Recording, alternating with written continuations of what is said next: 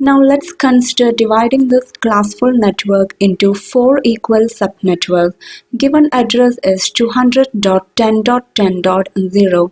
First of all, identify the class to which this address belongs to.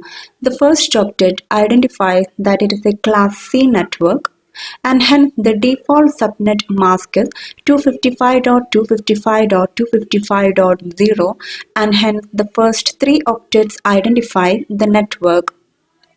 Now, in order to divide this network into 4 equal subnetworks, we should borrow 2 bits from the host identification portion. And accordingly, we can apply the new subnet mask.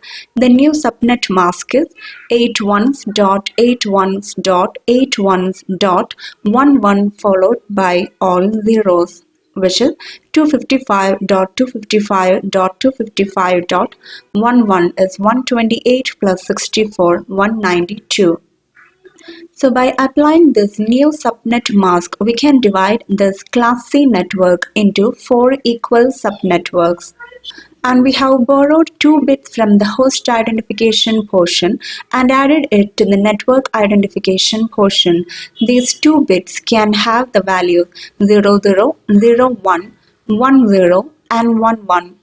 Thus accordingly, we can have 4 subnets, subnet 1, subnet 2, subnet 3 and subnet 4.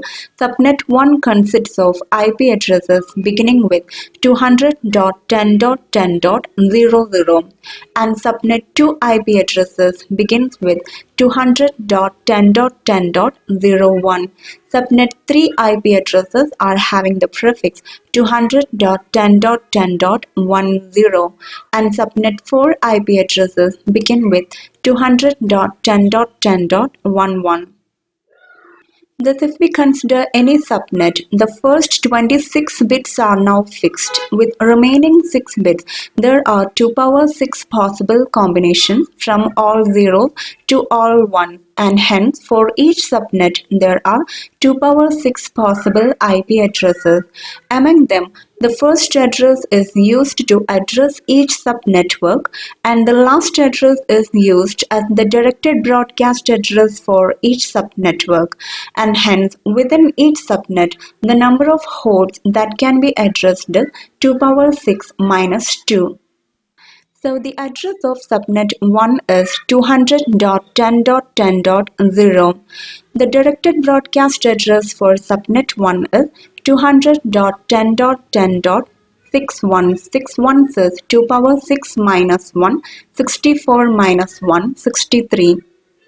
And the address of subnet 2 is 200.10.10.64. The directed broadcast address for subnet 2 is 200.10.10.71. 71 is 2 power 7 minus 1, 128 minus 1, 127. The address of subnet 3 is 200.10.10.128. The directed broadcast address for subnet 3 is 200.10.10.255 minus 64, 191. The address of subnet 4 is 200.10.10.192, 128 plus 64, 192. The directed broadcast address for subnet 4 is 200.10.10.81. 81 is 2 power 8 minus 1, 256 minus 1, 255. So within each subnet, there are 2 power 6 possible IP addresses.